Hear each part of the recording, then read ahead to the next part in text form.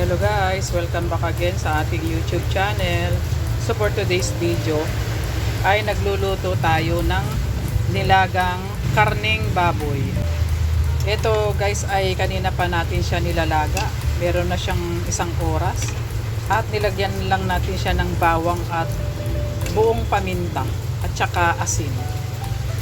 At ito guys ay malambot na rin, kaya ilalagay na rin natin yung ating patatas.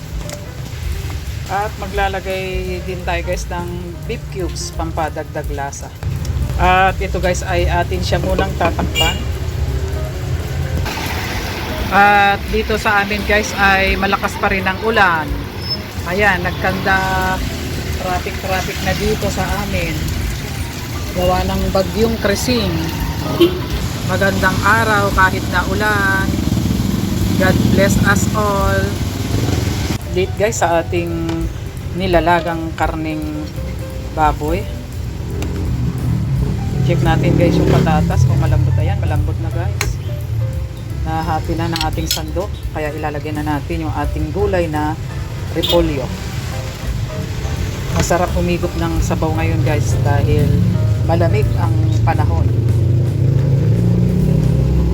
Ayan, kaya tatakpan ulit natin guys para mabilis maluto yung ating repolyo.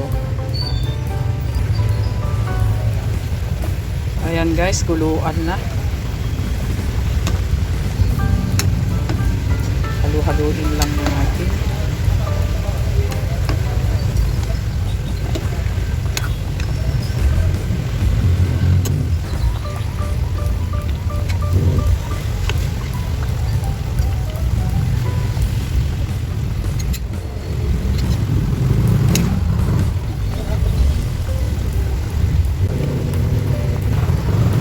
Kaya ayan na guys, it's done na ang ating nilulutong nilagang karning baboy.